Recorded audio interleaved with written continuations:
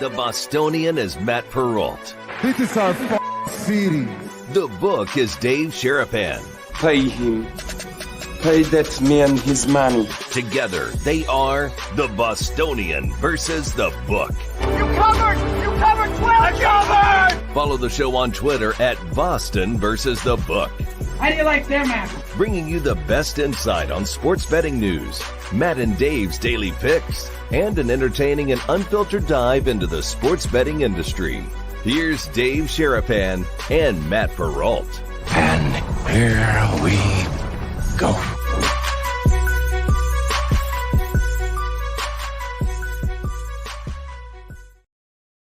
What's up, boys and girls? How are you? Welcome into a Thursday morning episode of the Bostonian versus the Book. It's almost afternoon here on the West Coast. It's definitely afternoon for you guys here on the East Coast. He is Dave Sherapan, the Book. I'm Matt Perrault, the Bostonian, live on our YouTube and Twitter at Boston versus the Book, replayed on Sports Grid TV and Sirius XM channel 159. It is a Thursday with a lot of interesting stuff to get to, Dave. But Mariners, Seattle, why?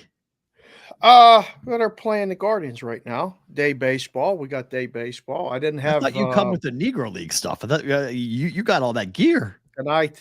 Oh, okay. The Negro League stuff is going to be the rest of the weekend. Not Saturday though. Saturday is Savannah Bananas live in Vegas. We'll be at the game Saturday. If you guys are there, come by and say hi. I'll have the whole Consig family there. Maybe rope a couple other people into it if I can. There you go. But yeah, I had to stop down at the Circa this morning, see a couple guys about some things, and decided to wear the Mariners stuff because it was like, what are we going to talk about today? I looked at the rundown and I was a little worried. I was like, a lot of good stuff. Mike, you didn't ruin the content space. Ruined the Mets play. That's what happened. That's you didn't ruin it. You're not a mush. The content space. That's what ruined it. It was due to lose. Groupthink is what ruined it. And I was part of it. I was part of it. I was part of it. You get on it too late, you have to just accept that it's going to lose the time you have it. Yep. If you miss the first 6, you get the 7th. And then, you know, if you get anything after that, you're done. If you wait to get on the 7-game winning streak at the 8th game. Yeah. But you only lose one bet, though. So that's, it's only one bet. You might go, why you're drinking coffee today? Because I am dragging today. Today's tough. I've hit the part of my 30-day challenge where everything hurts and everything is sore and everything is tired. And so I need coffee today to get through it. Everything. That's all part of the process, though. That's kind of. Yeah. This weekend, I just need to get through this weekend. Friday, Saturday on Sports Grid is going to be an effort. I have to really caffeinate myself up. Friday on Sports Grid is 2 hours. It's me and you. It'll be easy. We're already booking guests. We got Stanley Cup Game 6. We'll have stuff going on. Yeah. My eyes have to be awake. My eyes would be open.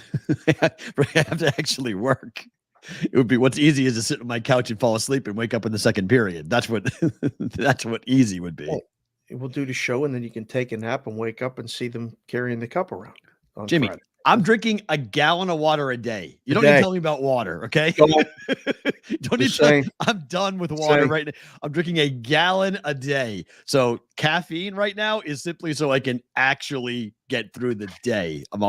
This is my second. Well, first was a Dunkin's coffee, and then I had this is the cappuccino. So going with both. The heat does not help. That is very true, but it's not hot here. That's the thing. It's hot everywhere else, but it's not hot here. It's boys and girls. We're Emerson. Yeah, Lazia. He's live at the Travelers Championship in Connecticut. We've had people check in from London. Mikey, awesome. That was fantastic. We've had JY check in from multiple Mets games, the track, different places. This on location thing has been a lot of fun. It has. I mean, it right now, guys. Emerson said it's like almost 100 there today. Yeah, but the humidity is what? It's 75% humidity. It's insanity. So hot. So here it's 17% humidity and it's 88 degrees. Like 88 here is wild. Perfect. Wild. 88 here is like 72 other places, boys and girls. 88 is nice. It's actually funny, Dave. I don't get up that often. It's just first thing in the morning. It's like a ridiculous trip to the bathroom. But I'm only sleeping like 5.5, 6 hours a night now. I don't know what it is.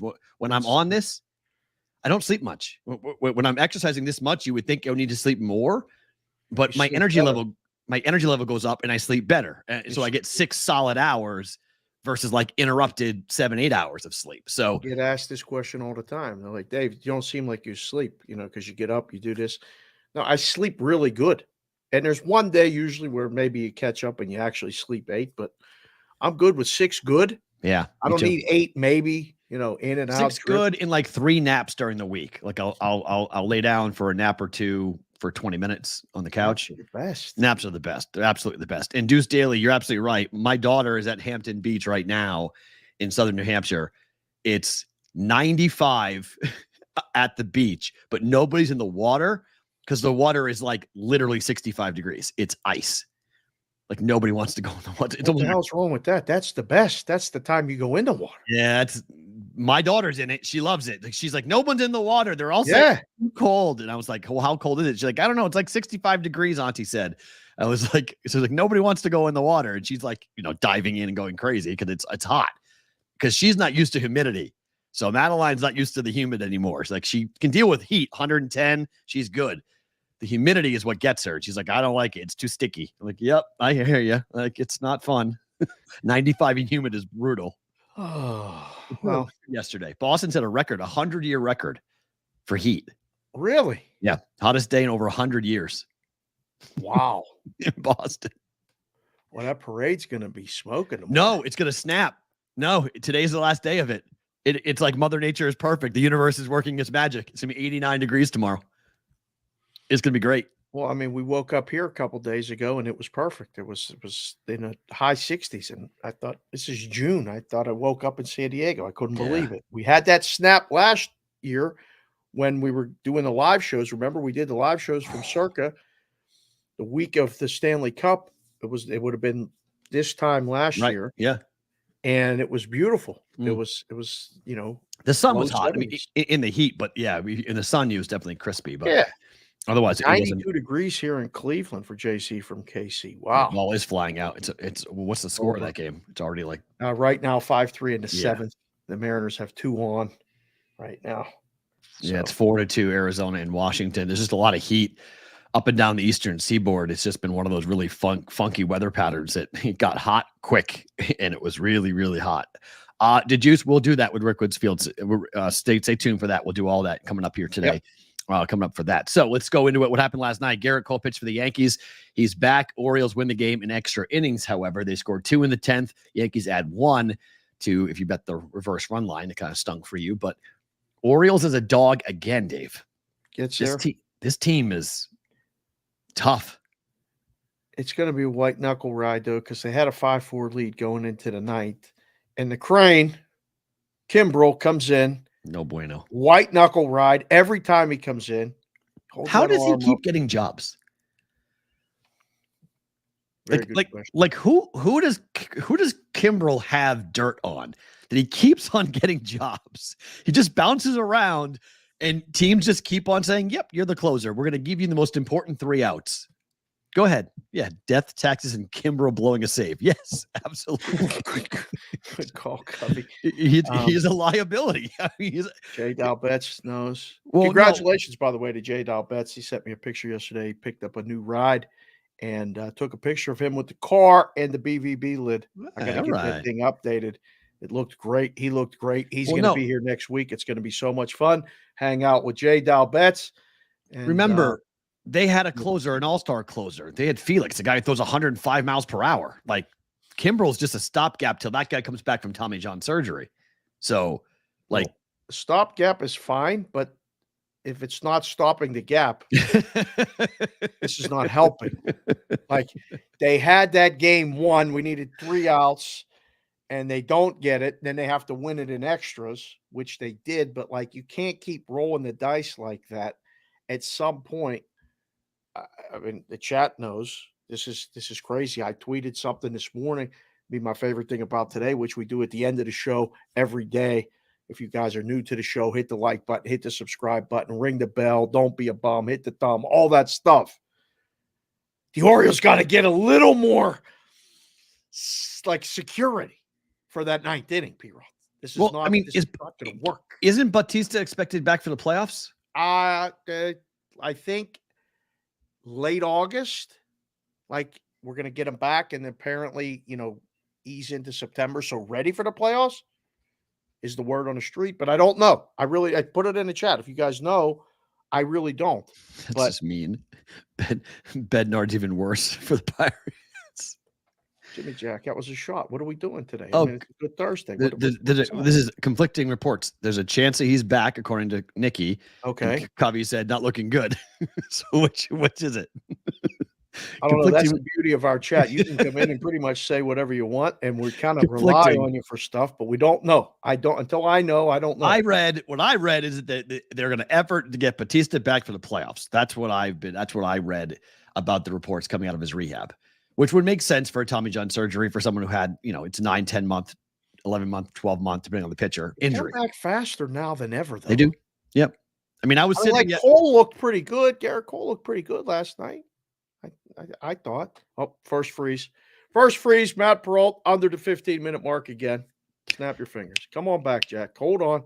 You know what's funny? That freeze was great. You had the finger up that time. You know what's funny, though, is that the freezes are happening now less frequently, but they're always happening right around this time. It's right around the top of the hour, 12 o'clock. Yeah. It's when these are happening. Somebody is trying to sabotage the show. I'm convinced. I don't know. I don't know. A little bit behind the scenes. Sabotage. People come home. I think it's people come home in the neighborhood from lunch or something, and there's like a rush, or I don't know.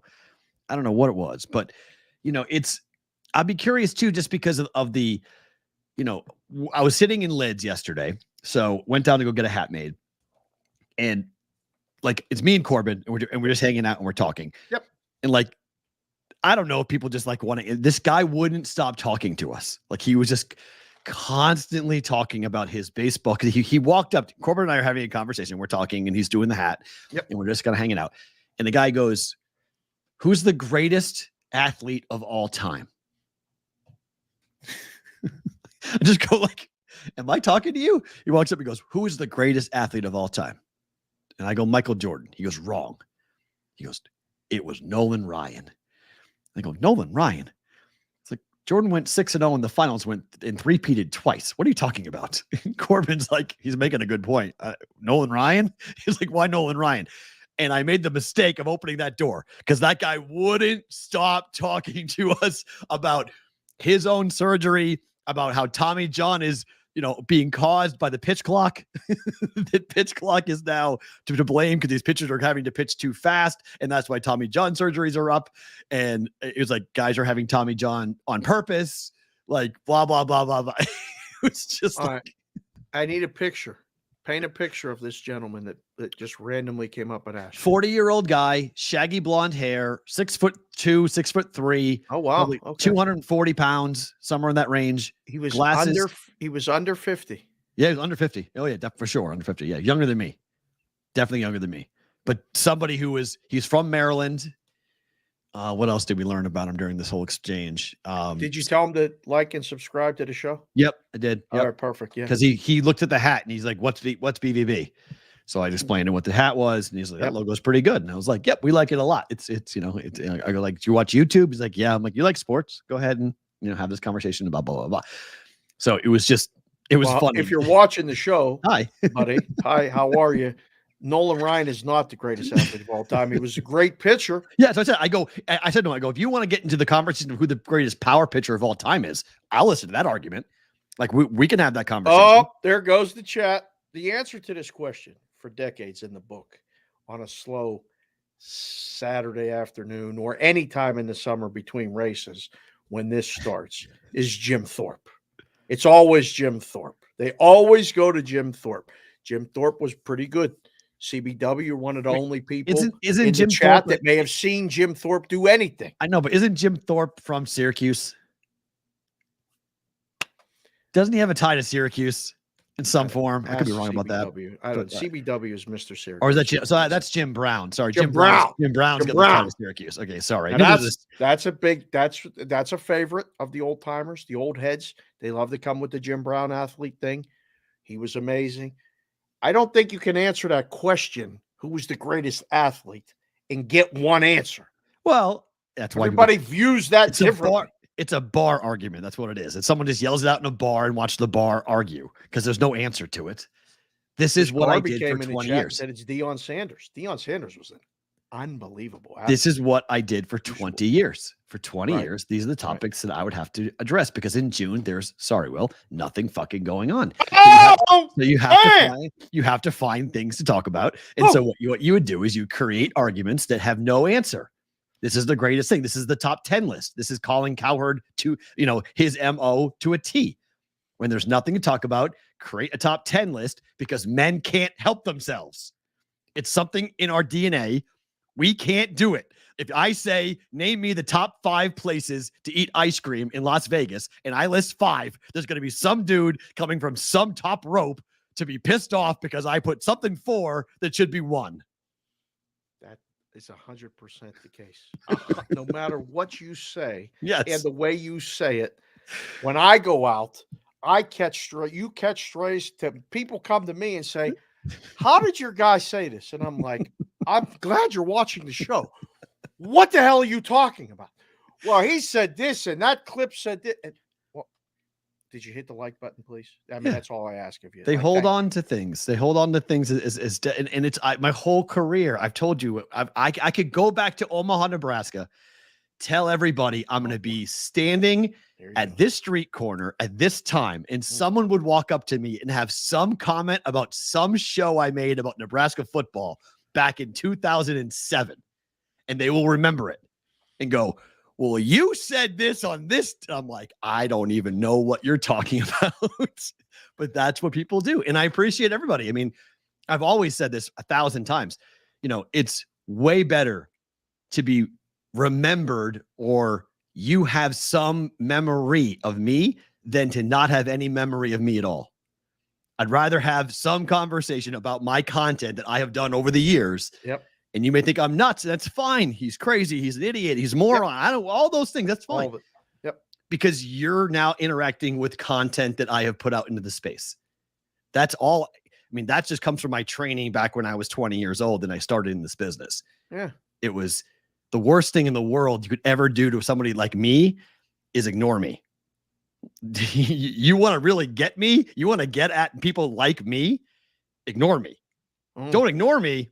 Then the word win is subjective, but like, that's my goal. Like that's always been the goal of content is interaction. People never really got that. They never understood that was always the goal. Yeah. You could say this, Tim Couch was the greatest athlete. It's Eric Crouch, just so you know. Tim Couch is the quarterback for the Browns. Eric Crouch is the quarterback you're thinking of. But people that would be a June argument, right? We would come up and we would say, list the top 5 Nebraska quarterbacks of all time, right? Where does Zach Taylor list on the list of the greatest quarterbacks to ever come out of Nebraska? Where is Zach Taylor? Oh, breaking news. Is this true? What? JJ's hired? Is this true? JJ? Lakers just hired JJ Redick, fathead. Is that right? That's great. Is that right? Biggest non-surprise ever.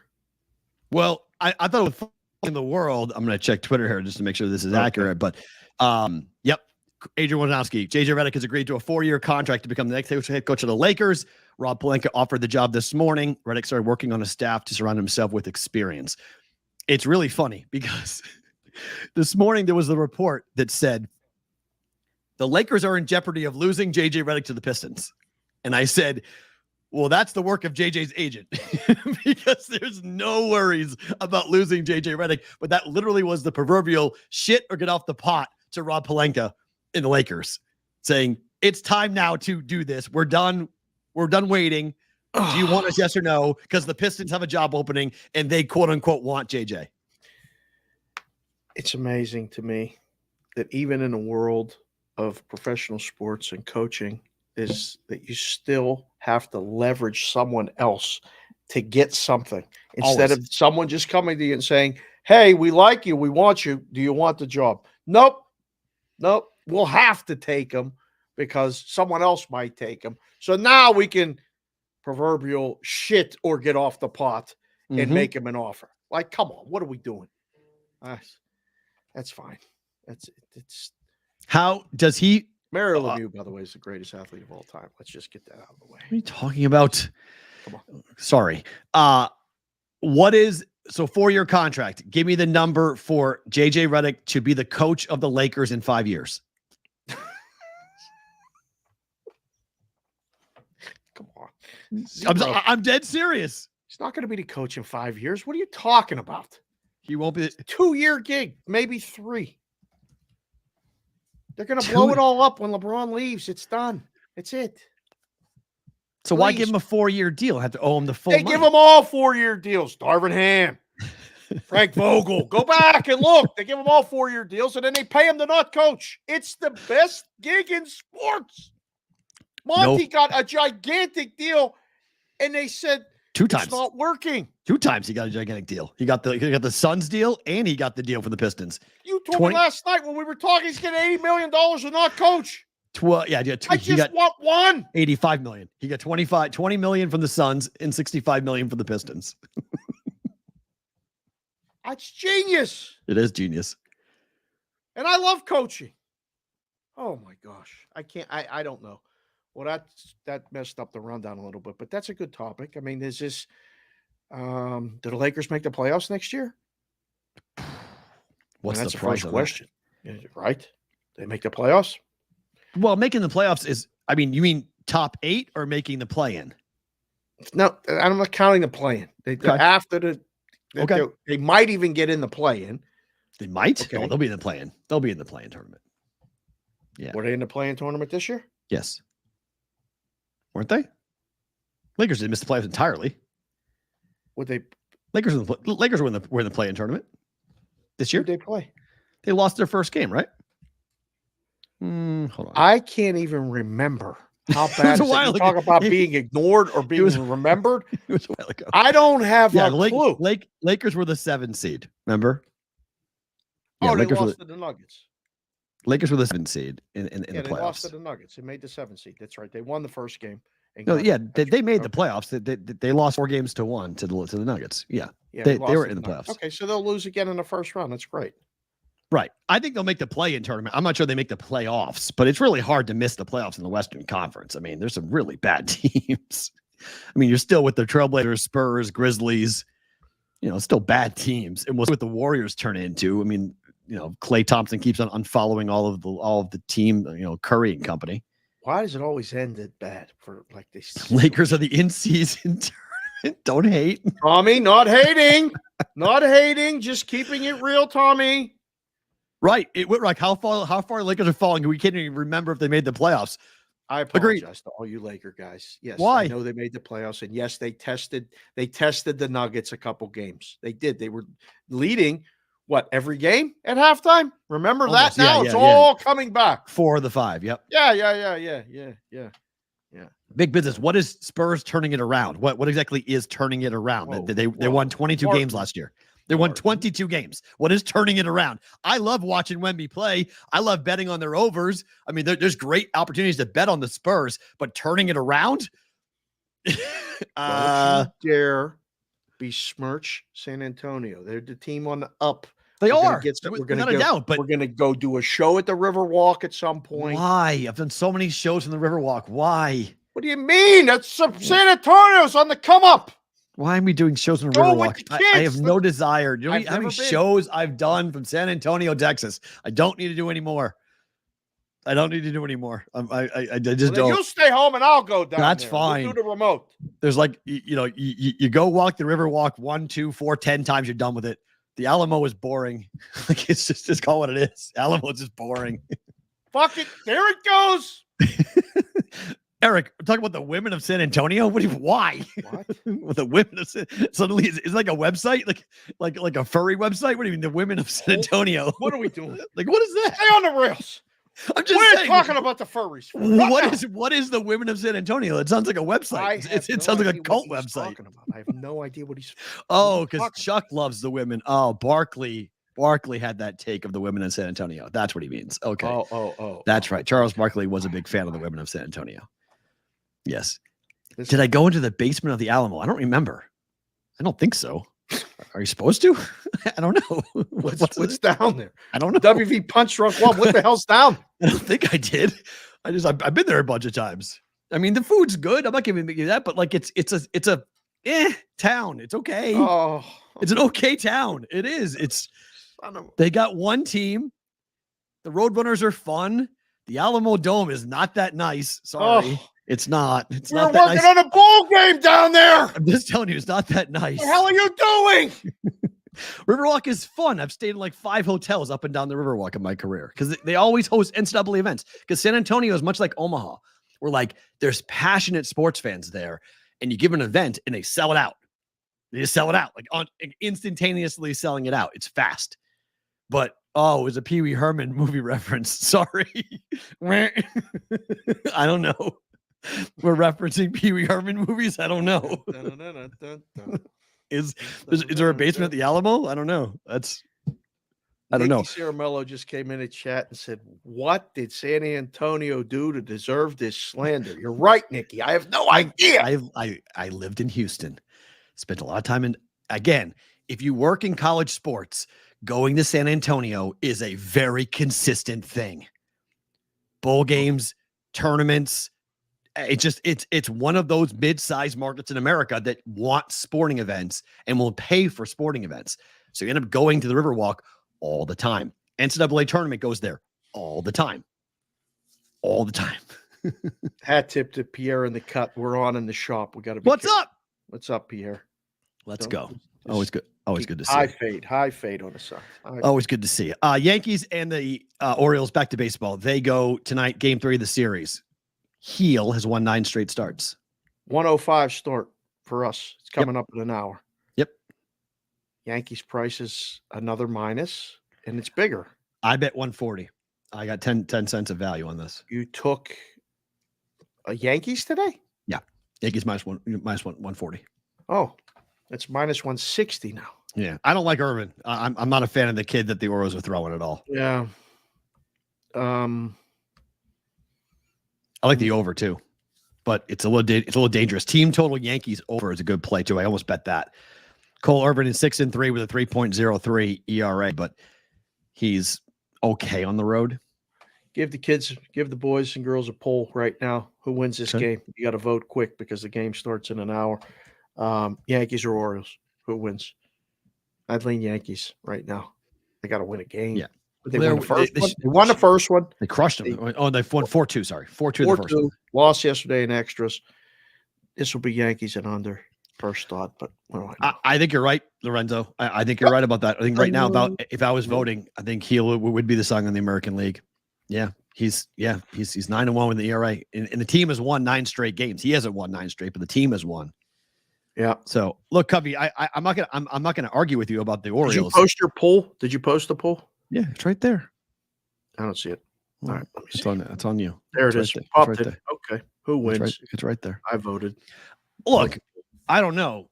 Tanner Houck. I'm a Red Sox fan, so sure, I love the kid to win that Cy Young. Do I think it's going to happen? No, I don't. He's got to get a lot of hype and run up between now and then. Because everyone's like, Tanner who? Like what? That's the problem. Like what? What? Like what? Wait, what are we doing? Like Red Sox? Name, like I said, Houck or Hulk or what? Wait, what? I say Hawk. Tanner Hawk. So I say it. Oh, but I don't know. I don't know if that's right. Corbin Burns or Hawk. Interesting. I don't know. I think Heel probably. If I had a vote, it'd be Heel. Yeah, you know how these things go. The New York guys get more run and more hype, and yeah, but I think it's warranted. Well, no, it is in his case, in Heel's case, but Burns has been great. I mean, at home, he has a 158 ERA, 5-0 record, an opposing batting average of 125, 7 earned runs in 40 innings worth of work, 55 Ks against 18 walks at home. Pretty ridiculous. I mean, that's just pretty ridiculous. That's really dumb. No if you go for everything, he's 9-1 with a 2.03 ERA, 18 earned runs and 80 innings worth of work, only 5 home runs given up, 96 Ks against 39 walks. It's absurd. It's really good. Opposing batting average of 142. That's for everything. That's a home road split. That's everything. Like you're not touching this guy right now. So, and a 9-1 record, and the team, I mean, the team hasn't lost a game started by Heel since the 26th of April. The entire month of May, they went 6-0 in games he started. In June, they're 3-0. And they're 3-0 on the run line, too. 8-1, 6-4, 5-1. Yeah. So he's given up 4 earned runs in 16 2/3 worth of work so far this month.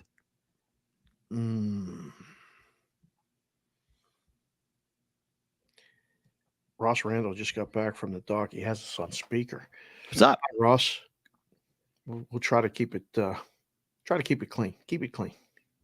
Keep it fair. Keep it fair. Oh, Donald Sutherland just died. Oh, 88. Hell of a run. What an actor. He was fantastic. So many different roles. Oh, the voice. The voice is just amazing. Yeah. Yeah. Wow. He was in MASH, Animal House, Hunger Games. Oh, the list is incredible. Invasion of the Body Snatchers. I mean, this guy, Donald Sutherland, had a list. Backdraft legend. Wow. JPC the fourth. He was ridiculous. Backdraft legend. Yeah. My goodness gracious. Yeah. He won, let's see. Did he ever win an Academy Award? I don't think he ever won an Academy Award. Wow. He won a bunch of Emmys, a bunch of Golden Globes. Never won the Academy Award. He's been sick for a while, I guess. Long illness. Passed away due to long illness. I just get old, man. And 88's a hell of a run. I'll sign up for 88. Give me 88 good years. oh, I sign it today. Yeah, it's 40 more. What I got right now, I'll take it. That'd be give me 35 more. I'm in. Yeah, Sign me up. I'm with you. He was born in Canada. I didn't know that. Died in Miami today. Canada. He said he's one of the best actors to have never received an Academy Award. Oh, they're going to talk about that. That'll be the thing. Just like the guy, the best player to never win a championship. Other summer topic. Right. There you go. Right. Right. It's true. It's And very, very it's true. been a long time. Since Canada's won a championship, all the things. 93. We'll have all that tomorrow. Who wins today? Yankees, Orioles. I voted Yankees. Okay, I'm with you. I bet the Yeah, I Yankees. voted Yankees. I laid the 140. What games are the Royals playing right now? No. No, okay. They played tonight, right? 12:30. No, it starts in 15 minutes. 12:30. Okay, so we can talk about that game too. Short favorite today. Oddsbreakers have had enough of the act of the Royals in Oakland. Yeah. It went They up. getting swept. And it went up. Now They it's lose. come back down. They lose Today's today. They get swept. Lugo. I bet run line. Lugo? Yep. I took the plus. Royals don't get swept today. They're stopper. Better hope so. Yeah, they need a stopper on this. Is JC from KC here? He's been pretty quiet the last couple of days. JC, just wondering. I mean, this Thursday day baseball garbage, I'm not a fan of it. I don't like it at all. What are you talking about? It's the best. Wednesday's hard enough. Wednesday's day baseball day. That's hard enough. Make it Wednesday and Thursday day baseball day. Helps the travel. I'm from a betting perspective. It's too wonky. Wonky. Hi, JC. Good to see you, sir. It's too wonky. Stay cool in Cleveland. Overnight team. They played last night. They turn around, got to play a day game. They're traveling after this. Yeah, but that means that everything's sped up. They're not doing it right. Their brains are somewhere else. They're not thinking. Speeding it up is good. Sometimes you got to speed it up to do it right. Speed it up, slow it down. Speed it up, slow it down. I agree, Mike. Day baseball, weird things happen. Yes. Day ball, weird things happen. Put that on a t-shirt. It is weird. We've heard that before. We should put that on a t-shirt. The show is weird. The kids know. The kids know. The show is weird. It's very true. College World Series is set. It's Tennessee, big favorites against Texas A&M in Omaha. This is weird. It is an all-SEC final for the third time in 4 years. First title for either school, whoever wins this. But here's the really weird thing why I'm bringing this up. Game 1 is Saturday. Yep. It's Thursday. See, you told me this last night because I was looking for the line because I thought it would be Friday as we're lining up our show Friday on Sports Grid, as well as our show here, Roll Call Friday. We're getting some guests lined up for you, boys and girls. Hopefully some BvB show debuts tomorrow. So if you're listening, watching, make sure you're in the chat. You represent your screen name, where you're from, your avatar. Come in. It's going to be fun. It's a couple days in Omaha. What are these people doing in Omaha for a couple days, P-Rod? I don't know. It's a great question because I fear that you don't lose your edge, but I mean, you're playing nonstop elimination baseball for basically a month. And now you get 2 days off to do nothing. Like, it gets the pitchers right. So, I mean, you get full complement of the bullpens and you get full complement of the starting pitchers. So you can line everything up here on this. I think Tennessee wins the thing in 2 games. I don't think anyone's touching Tennessee, just the way they're pitching and hitting. They're the best team. They've been the best team. They're just the best team, period. Like, it's why they're big favorites. It's the year of the chalk. Yeah, it really is the year of the chalk. Right. It's teams just keep winning. Yeah, and it's good for the books because they're not paying out any big plus prices. I mean, this was the odds-on favorite going in. Tennessee was the odds-on favorite to win it before the tournament began. The odds-on favorite to win the thing when they got to Omaha, and they're odds-on favorite now to win it. And I think the 2 days off is monster for Tennessee because they get their pitching staff lined up right.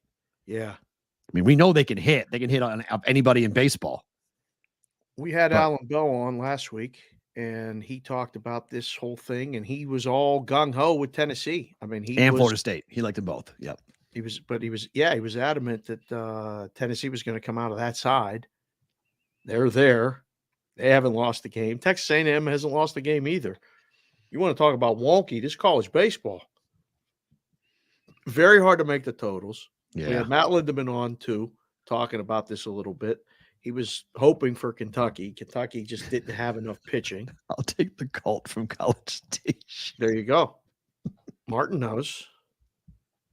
Martin had a nice run here, by the way, in Vegas. He said one night the Mirage was handing out free money. Butchie, I strongly disagree with you on these points. I know that there's bougier coffees than a cappuccino from Starbucks, but Starbucks is, if you ever looked in Starbucks' water filtration, it's pretty neat. Pretty good. They have like a $60,000 apparatus you have to buy to filter the water at Starbucks. It's why it tastes differently at Starbucks than it does at your local in your house. You're buying that? Oh yeah, I buy it. Absolutely. Okay. They all have to have them. They all have to have them. All right. It's a requirement when you open it up. So their water is different at Starbucks. It is crazy because I've heard this, that the kids have made that case. Like the water at Starbucks is better. It is. It's true. It's absolutely the fact. It's a fact that they do way better job of making your water tastes different. So, and also, I mean, this is the cappuccinos. This is not using a lot of water. So it's more the beans than the water when it comes to that stuff. Beans are very important.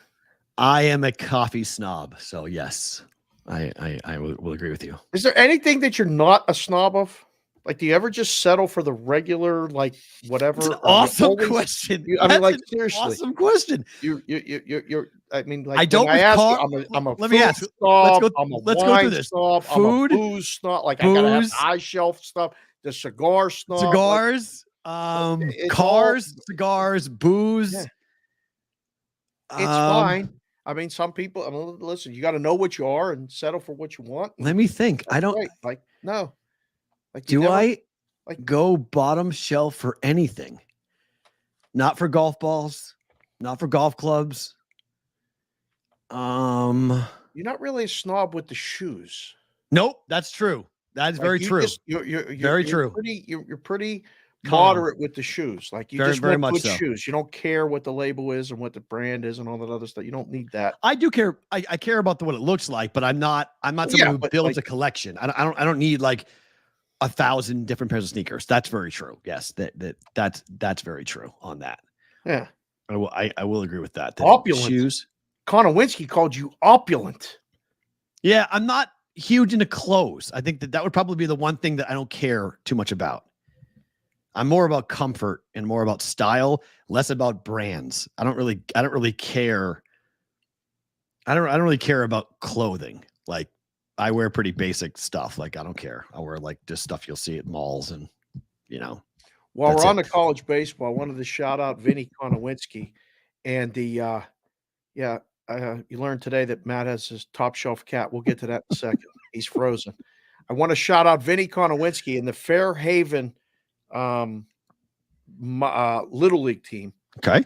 They lost in the championship. Oh, yeah, the Fairhaven Funeral Home and Cremation Services. It's literally on the front of their uniform. It says Fairhaven Funeral Home and Cremation Services. Unfortunately, lost. Had a great season. Vinny, in his coaching debut, did a good job, and now it's All-Stars. Do you remember what it was like when your summer season ended? And then sucked. You advanced to the All-Stars. Yeah, I was on it. Yeah, absolutely. Yeah. Sucked when it lost. When it was over, it was brutal. Yeah. They tried to bury the competition. They got buried it was 13-12, a tough game in the championship game. Do I fly Spirit? Tommy, what do you think? You think I fly Spirit Airlines? Come on, dude. Come on, man. That's a lot to get them on the Southwest flight to Chicago. No, that's fine. I fly Southwest all the time, and I get very angry about it because I think it shows the absolute worst side of humanity. Flying Southwest is the worst. I absolutely. I mean, like we're gonna. It's the truth. It's shows like don't. I'm flying Southwest to go to Reno. Oh, so I guess can I say that yet? So we can say that now. We got it in there. Sorry, forget I just said that. But I'm flying Southwest in a flight that we're taking very soon. So I just think it's fine when you get on the plane. Did we nail that down? Is that yes. Is that we can say that? Yes, we nailed it down. Yes, this morning we nailed that down. So check your email, you'd see it. It's done. But anyways. I'm out meeting people at the book. Your phone works, doesn't it? You have the internet. You have the internet. I'm talking when I'm talking to someone, I'm talking to them. Yes. I'm not waiting and checking my email or my watch going bzz. Home run. That's me. So home run. My problem with Southwest is not going to the actual plane. It's how we get to the plane is the problem because everyone gets pissed off. I have a problem. No, people get very agitated. They're like, I'm 55. Well, I'm 56. Well, I'm in front of you. Well, I get to go here. And they all get mad about the dumbest things. Are we all going to the same place? Yes. But I have to sit in a certain place in a certain route. If I don't sit there, I can't fly. It drives me nuts. I'm just like, can we just all get on the plane, please? Like, I know Southwest, it's their thing of like, it's easier to do this. But like, it's so frustrating when you're just trying to get on a plane, you're like, especially after Vegas, because half the people are families and half the people are degenerates. And so it's like, they're all combined.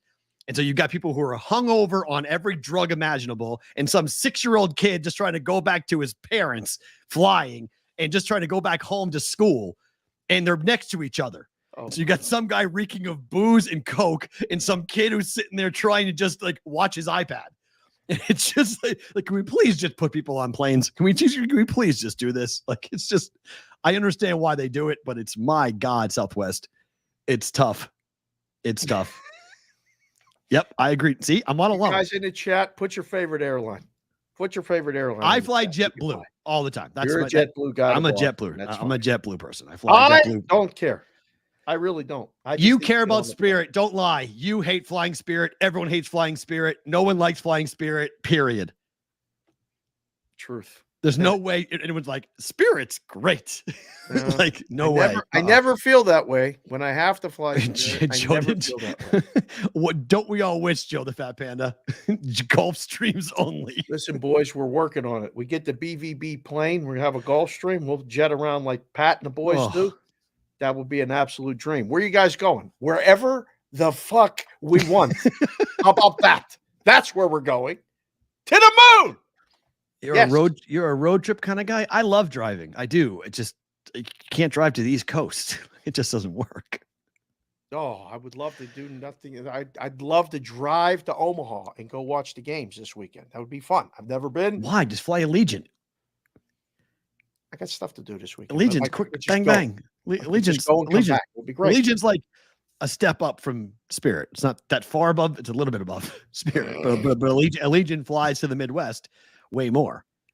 Okay. Allegiant flies to Des Moines and Omaha, and it's why everybody in the Midwest loves coming to Vegas because Allegiant flies 4 or 5 flights a day from different places. In the Midwest, the smaller to middle-sized airports, they fly direct to Vegas. Yeah, like our guy Tyler Wyatt. Is worse than Spirit. Allegiant is worse than Spirit. Some people do say that. Mikey Awesome's an airline guy. Mikey Awesome knows. Or Allegiant is fire. See, it depends on your opinion. Phillips, thanks. But it is cheap and it's easy to fly from Vegas to the Midwest. So, like, if you look at why Kansas City, Omaha, Des Moines, why do they all come here? Because they have direct flights that are pretty cheap to come here. So makes a lot of sense. There's a new airline, by the way, flying from Mexico. They announced that this morning to Vegas, round trip. Really? Direct. Yeah. So it's going to be interesting. Allegiant flies from Portsmouth to Las Vegas. Portsmouth has an airport, Ross? You'd get on an airplane in Portsmouth, New Hampshire? Holy crap. What are we doing here? Aren't you going to New Hampshire? Like, I'm not flying into Portsmouth. Flying into Portsmouth is like flying into, I don't know. Sparks?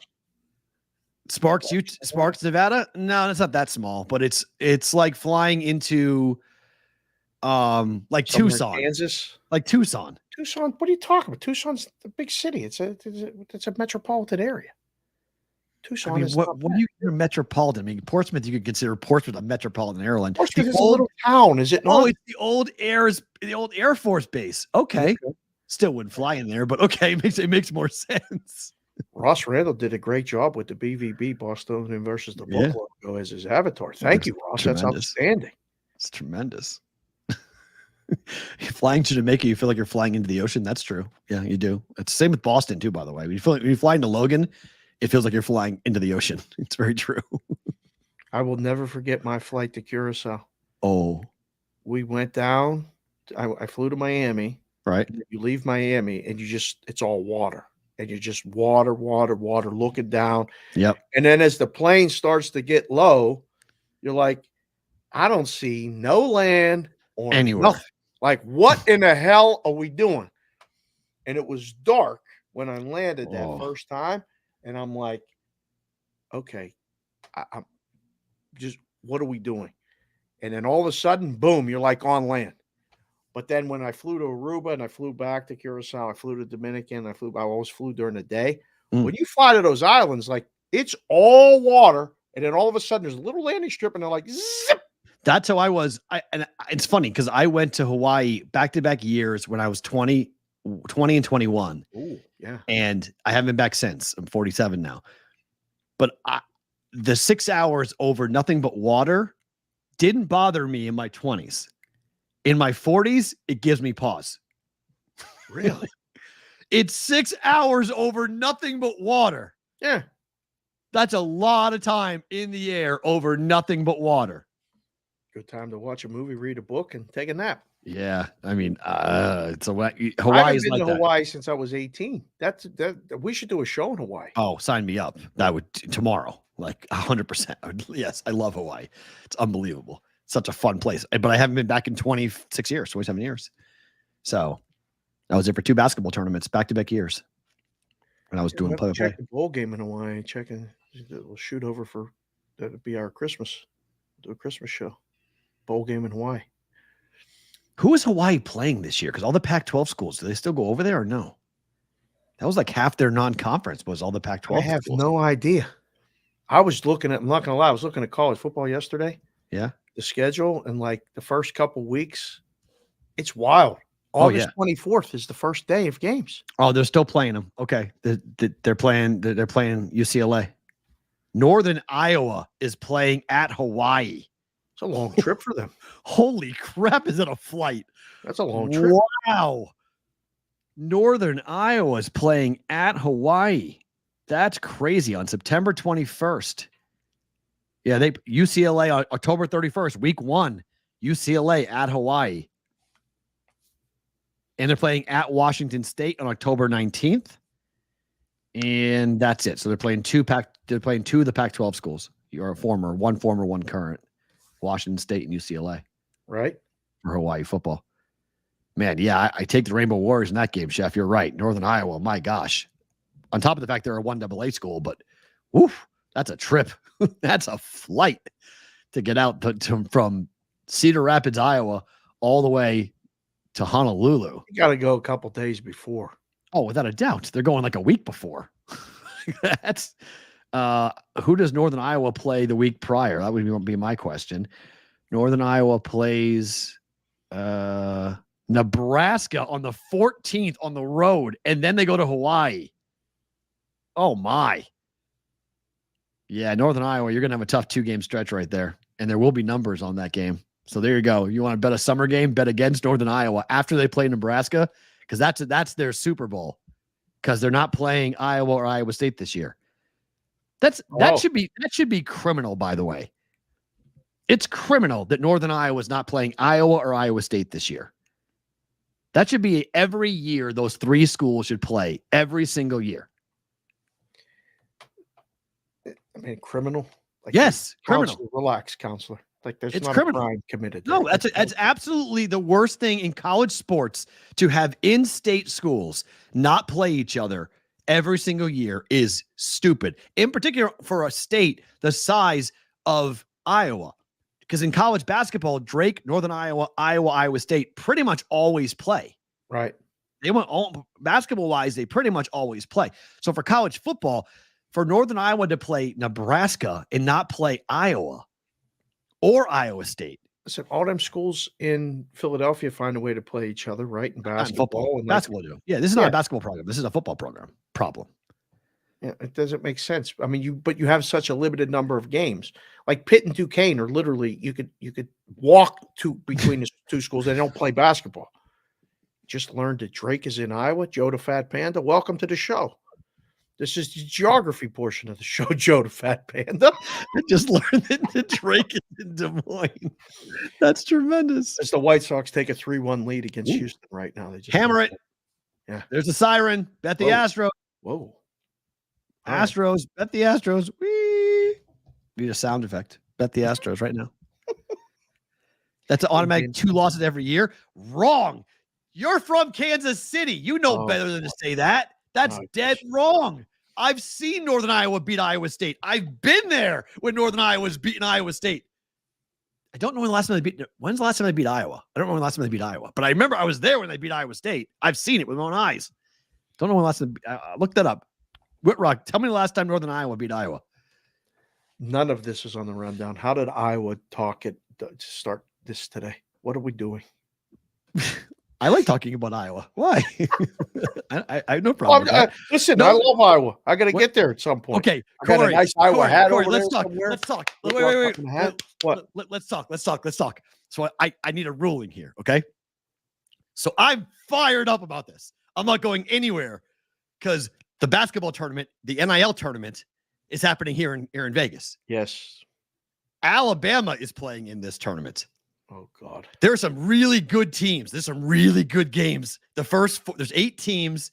They're doing it sort of like the Maui Invitational, where you're guaranteed 3 games to play, and then you play for the championship. Northern Iowa's never beaten Iowa. Interesting. Okay, but I've seen them beat Iowa State. They're 0-2 with me there. This is Dana versus Mac. Do I go to this game? Where's it at? Here. T-Mobile? It's a great question. Let's find out where that game MGM. It's got to be bigger than that. Might be T-Mobile. Let me see. It's November 26th. November 26th. Doesn't Thanksgiving say weekend? Oh yeah. I ain't going anywhere. I can't wait. The Players Era Festival, it's what it's called. Okay. Which I think is going to be so. Alabama and Houston are playing, by the way. Game 1. Rutgers, Notre Dame, San Diego State, Texas A&M, Oregon versus Creighton. $1 million in name, image, and likeness opportunities outside the competition will be given to the players. Thanksgiving weekend. Yep. That's a Saturday? It's the whole week. It's probably Thursday, Friday, Saturday, Sunday. It's multiple games. I know, but the games, those dates, you have the dates right there?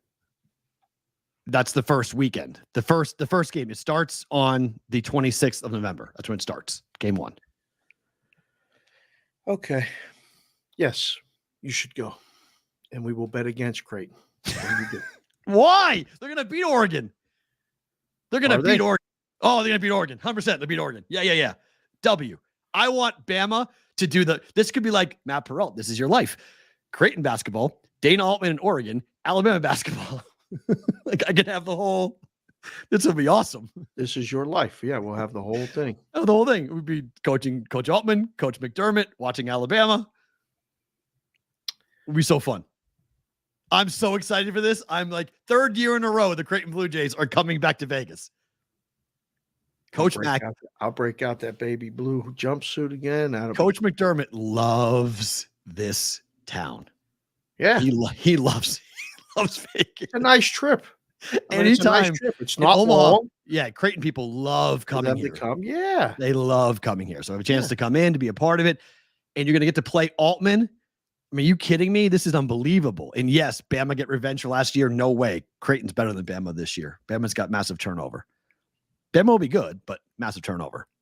Creighton's got Kalkbrenner back. And they have Ashworth back. And they added their number one recruiting class in the Big East. So the 26th is a Wednesday. No, Tuesday. Wow. Okay. So it's Wednesday, Tuesday, Wednesday, Thursday. Thanksgiving Day would be the 28th. And it's not that uncommon to play college basketball. Maybe a championship game on Thanksgiving. Well, that's good. Yeah, we'll go. I'll go. Oh, I can't 100%. Wait. I'm so excited. I'm going to get multiple. Because last year they played one game. Year before they played one game. Right. This is multiple. They lost to BYU 2 years ago. They lost to UNLV last year. So now they've got Creighton, and then we'll see what the bracket looks like when this thing comes out. But that's why they're going to have $1 million, because there's going to be all these events around town to go and meet these kids. Yeah, that was fun. Sign autographs and everything. Well, no, it's never happened before. This is the first time we've ever seen this. Yeah. It's $1 million in NIL outside of the games for every team. Whew, $8 million. Can we cover it? Yeah, of course. All right. So be working members of the media? If you want to be. If you want to be, sure. Yeah. It's a phone call. The text message, actually. Say, hey, I want to cover the event. Okay, here you go. That sounds like a great idea. Yeah. For sure. I just think it's super. Yes, it's a prize money invitational tournament. Good Lord. What is happening to college sports? Nobody knows WV Punch Drunk 1. It's just happening very, very quickly. Yeah, I'm in. Let's go. It's appearance money, Jimmy. Yeah, they're getting appearance money. Outside of the court, off the court, appearance money. Clubs and parties and signing events and everything else. We should do a BvB weekend that week. Come to Vegas for Thanksgiving. It'll be easy. No? We'll be here. Yeah. Nobody else will be cheap. Nobody will be dirt cheap. You're gonna have to run. You could run in the whole town. You come in here. That's why they're doing the tournament here. The week after the race. Yeah. I spent Hawaii. My second trip to Hawaii was over Thanksgiving when I went to Hawaii with Virginia. It was over Thanksgiving. I spent Thanksgiving in Oahu. So spending in Vegas is not bad. Come on out, Nikki. Yeah, come on out. Horrible travel is right, Butchie. That's true. Travel is a nightmare that week. You're right. You got to come before. But this is Tuesday. This is before. You fly out Monday, so you fly way before. Right. To do that. So, I mean, I want us to do I wanted to talk to the people who are running this tournament and be like, hey, so what are you guys doing exactly? Because we'll talk to every damn team you got. We'll talk to every player, every team. We'll do whatever you want. No question. We'll do pregame shows. We'll do whatever you need. The whole thing. Yeah. We'll do whatever you want. BvB from the, what is it called? The Players what? For Players Era Festival. Listen, I'll wear all the gear. We'll have them all on. Let them pump whatever products they want. It's fine. Let's go. Ever Wonder Studio, the content studio and production company behind the entire event, will run the Players Era, an initiative aimed at engaging fans and providing college athletes with the chance to participate in unique NIL activities. There will be more than at least $1 million per team available outside of basketball. I'm in. I'm in. Next year, it's going to be 18 teams. Gonzaga, Michigan, Syracuse, St. Joe's, and St. John's. They already booked out the next year? 18 teams at least will be a part of this next year. These people must be rolling in money. There's nothing but money in all this. It's incredible. What have they been doing with all this money for years? Putting it in their pocket. I'll say. Whew.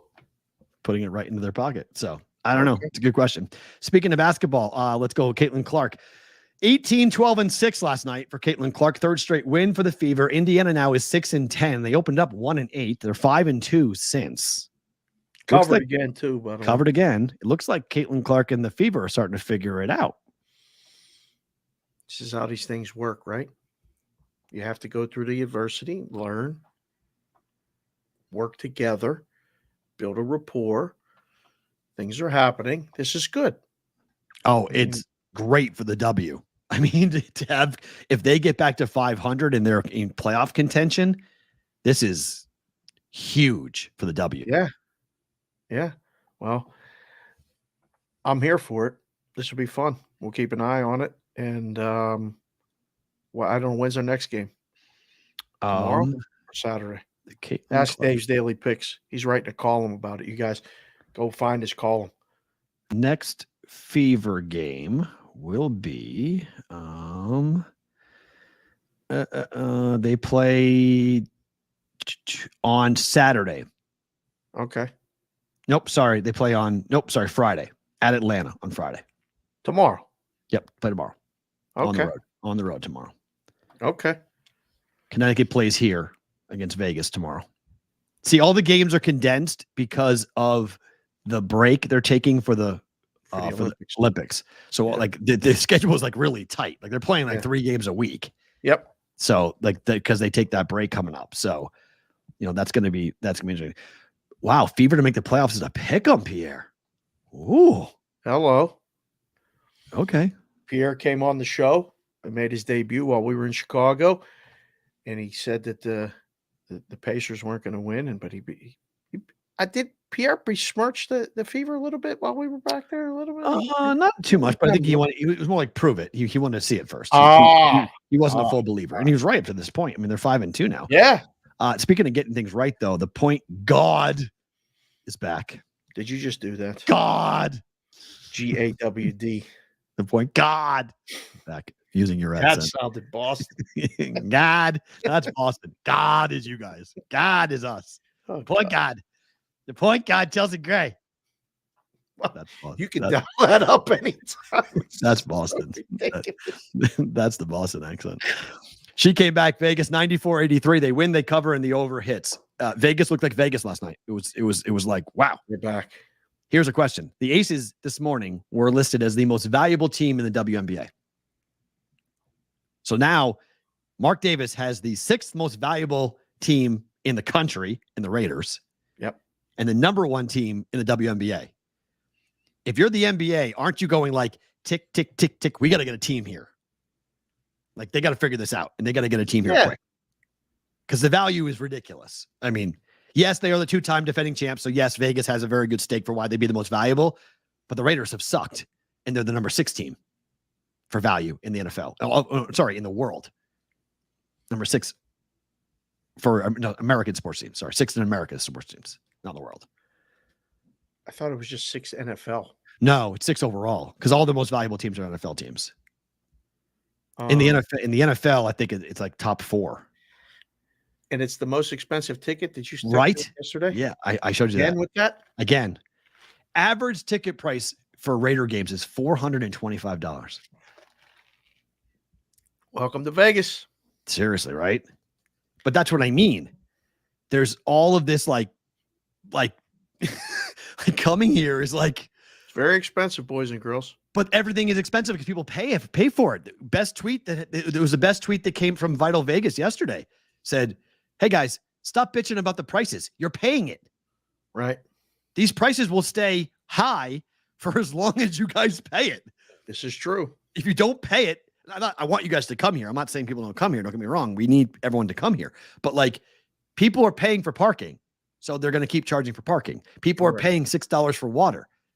So they're going to keep on charging $6 for water. You have to stop buying the stuff for them to say, oh yeah, we can't do that. We need to drop it down. I don't pay $6 for water. I don't either, but people do. Yeah.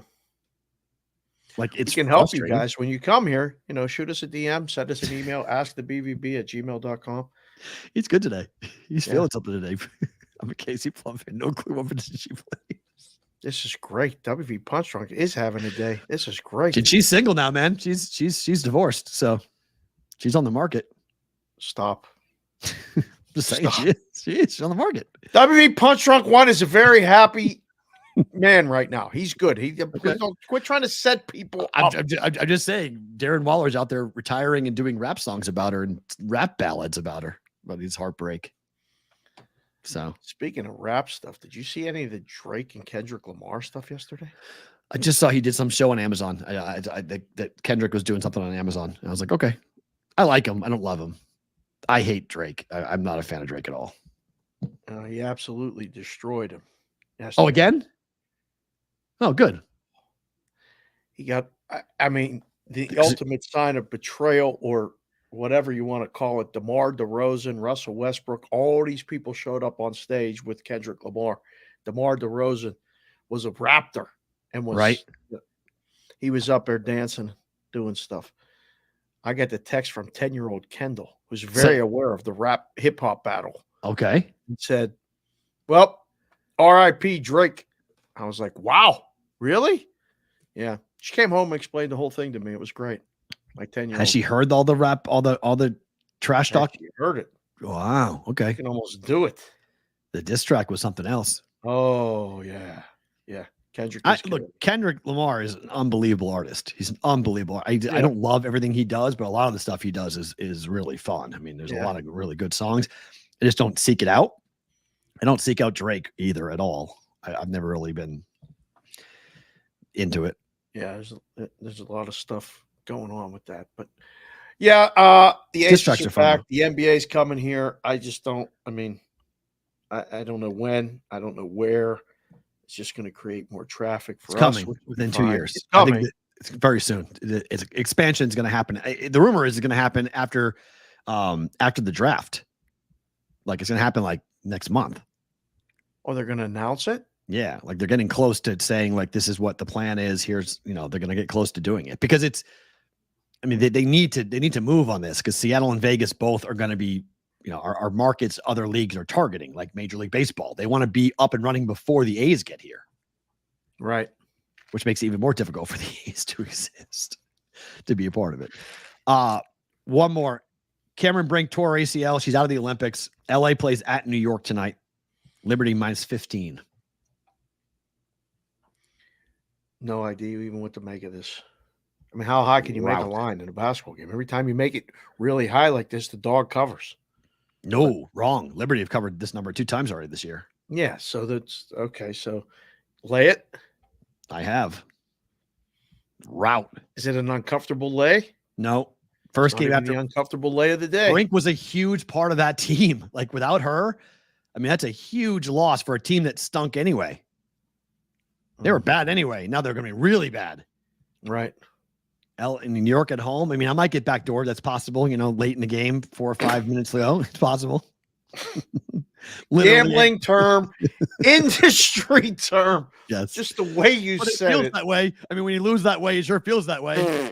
So it may be an industry term, but it's 100% feels that way. So keep it together. I'm fine. I'm just saying. No, you got me. The way you said it, I wasn't expecting it. Just like when you hit them with the stinger when they're not expecting it, and it shakes everybody up. Right. I might get backdoored. What?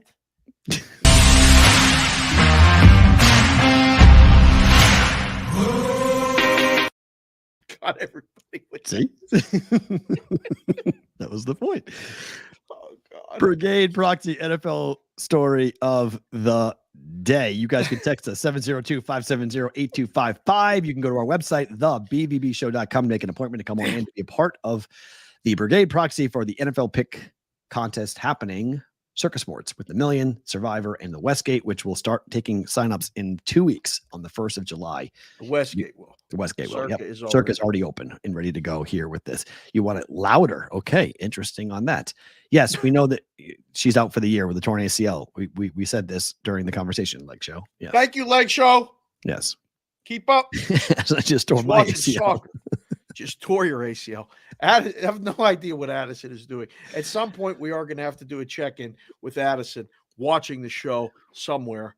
The problem is it could be from anywhere. Yeah, like he could be in any state of mind. I think Butchie's the only guy. Butchie, I think you're the only guy who doesn't like the stinger. He's the only one that complains about it. Doesn't like the stinger? He doesn't. No. Yes, Why? I did see the extension, Nikki. I'm good with Stevens. I love Ramondre. I'm awesome with him with that for sure. Can I take you higher? No, but just based upon the song itself. Was that? Who is that? Warrant? Who sang that? Can you take me higher? Bad 80s band. That's not Creed? That's not Creed. Creed has a song like that, but there's also the original of it. Oh. The 80s track that I'm thinking of. Oh. Can you take me higher? So this is interesting. Report came out yesterday that the young from the NFLPA, they did a survey of their players as to how they feel about the 18-game schedule. Mm-hmm. Younger players don't mind it. Well, it's still 20 games. They're going to short the preseason games to 2 and play 18 regular seasons. So it's the same. The young guys never care about it. The kids never care. So they're going to, play one more meaningful game, but it's not going to be meaningful because it's just going to be extra. I mean, can you imagine being 7-10 and going, we got to play another game? Yeah. The NFLPA believes that their younger players are totally okay with it. They're fine with it. Of course they're going to say that. But the votes count the same. So if you've got younger players who are going to vote and say to the yes, they're going to approve this and say yes, they're going to go ahead and they're going to have this. A lot of older players are speaking out publicly against it, but younger players are like, it can be positive. We look at it as another week to feed your family. DeMonte Casey, the Steelers safety, said people look at it as another week to feed your family. I love it. I love it. Is it on the front end or the back end? Doesn't matter. It's 17 games. It's wherever it goes, it's 17 games. Okay, but I don't want more. I don't want to be playing the Super Bowl at the end of February. You might be. No, that's too much. Enough. Stop. Quit messing with the calendar. Like, well, you have to. You can't play a game without adding a week. I mean, you can't. You have to mess with the calendar. No, they're not. They're gonna play 2 preseason games, and then they'll have that week off, and then they'll start the regular season. That would keep the schedule the same. Super Bowl the second week of February. That's it. Done. That's it. 2 bye weeks. Yes, they would. I told Dave, and Dave disagrees with me. I like this. I think there should be a universal bye week. I think everybody should be off at the same week. I got no problem with that. They're never going to do that. No. 1 week of non-football in November? Like, what the hell is everybody going to do? Watch what? College basketball? I just like it. I think it makes a lot of sense. The NBA takes a break like that. Why can't the NFL take a break like that? NHL does too. There's a place to get better. Adam, 2 M's and 3 5s, 2555. Just came in the chat and said Super Bowl will be the Sunday before President Day. Yeah, middle of February. Then everybody will be off Monday. That's what everybody wants anyway. Correct. That's the idea. Yeah, a lot of people say that if they did that, Monday would be the holiday. So you'd have a Super Bowl and then the day off. I've never seen Adam with 2 M's and 3 5s. Thank you for being here, sir. Hit the like button, hit the subscribe button. Tell one person about that. So you think this is, do you want this? Like, as an NFL, give the kids a poll. Do we want 18 regular season NFL games? Yes or no? Is it 17 enough? 16 was perfect. 17 is extra. 18, too much. I don't need 18 games. You don't, but I think people do like 18 games. I think they want more football, more content. You're right. Nikki, what's the quality? Enough content with everything else. What my point, what's the quality of the football? That's what. So you dilute the product more. You want 20 Butchie NFL weeks? Of course you do. I mean, it's a book, right? Yeah, I understand. As a book, like 20 weeks. Have it all football. Get rid of card jiu-jitsu and give them 20 weeks of football. Hold on. We're working on getting the card jiu-jitsu guy for tomorrow. That'll be a hell of a conversation. Card jiu-jitsu. Card jitsu. Quit saying card jiu-jitsu. It's just card jitsu. 11-10. How about say fuck off and go away? All of it. I hate it all. Card jiu-jitsu, all of it. Goodbye. I have a guy. Will, we're keeping you on your toes this week, buddy. You better stay on it. I'm just kidding you. I love you, Will. Keep up the good work. We're never getting off late night. but we're on late night because of you. Thank you. It's okay. Repeating out. We're going to repeat hours. It's okay. What are you doing right now? Come on. You brought it up. I think it's interesting to see what happens when we get a real vote on this. And it's not hypothetical. It's real. Because 18 games is 18 games. And more injuries. Yep. More crap games. More crap, more trauma, but more games to sell. Week 17, we got right now like 6 and 10 versus the 5 roster, and 11. The roster must expand.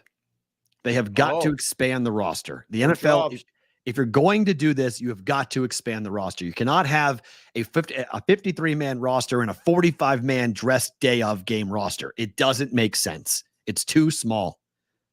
I mean, it's always crazy. One of the best things you've ever said on this show. If you go to college football games, right, and you look at the number of players that are on a college football sidelines, and then you go to an NFL game and you look at the number of players on the travel team for an NFL roster, it's scary how few players are actually on that sideline. Yep. It's like, wait a minute. Oh, what? Special teams, 3 or 4 guys doing 3 or 4 different things on the road. It's home games. You get more guys because you're the home team. So you bring more guys. You just dress them up and they don't play, but they're just on the sidelines. They're just part of the whole, they go through workouts and everything else. The road travel team for an NFL roster is ridiculously small. And they've got to look to address that.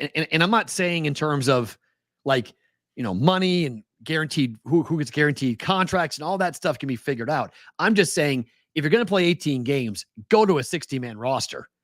Like there's got to be more. I think that's actually very reasonable. So, and then travel with 53, not 45. Like travel with legitimate guys who you may never play, but just have them there for depth because like have 3 quarterbacks that dress like it's okay. Like I think you need to. Another week of regular season games where there's 3 meaningful games on the calendar on that week, like doing the lines and all, like taking the bets. I don't know if that's helping or hurting. I don't mind this. That's not big horrible. Business, 18 games, 2 preseason games, 53-man dress, 70 on the team, 2 bye weeks. Don't mind that. That's 8 more guys dressing what they do right now. It's 8 more players. It's 1 backup on one side of the ball for every position almost. I mean, that's not bad. I don't know.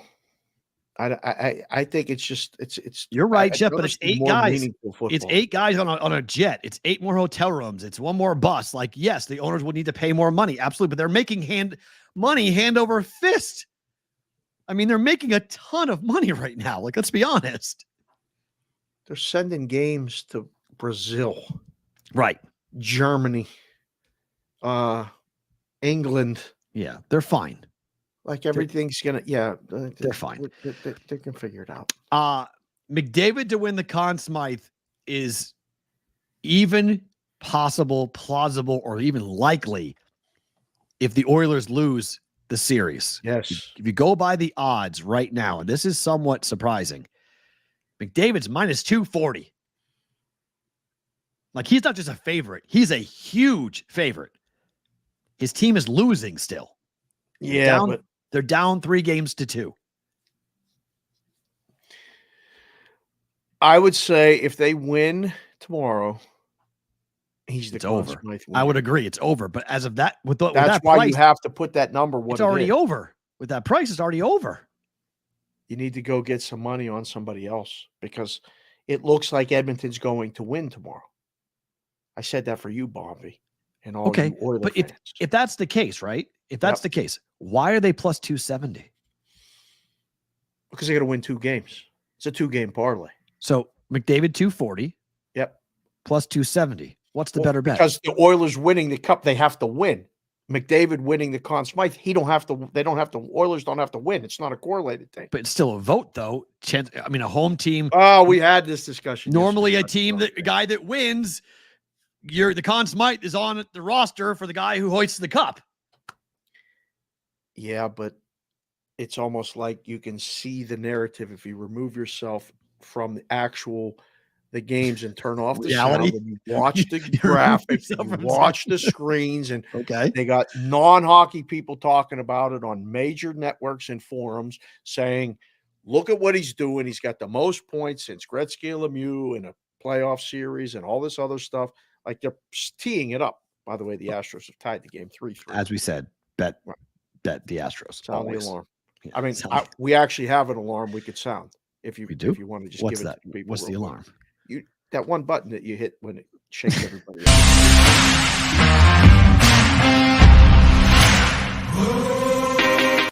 So the BPS stinger is now the bet against the White Sox alarm? That was for Ciaramella. That was Okay. for Ciaramella. He calls Okay. for it all the time, multiple times. You can set it over under a number of times. You're going to hear the stinger during the show. I love this fact that it's our show. We can do whatever the hell we want. I love it. Fun. Yeah, that was good. Which dude, please. Must be listening. With his ears, he would blow his ears out. So you would bet which? Oilers to win the cup or Conn Smythe for McDavid? Oh, Connor McDavid. Yeah, I mean, what has to happen tomorrow night for him not to win the cup? They get Bobrovsky killed. gets a 5-0. shutout. I don't think he gets a shutout. Barkov scores a hat trick.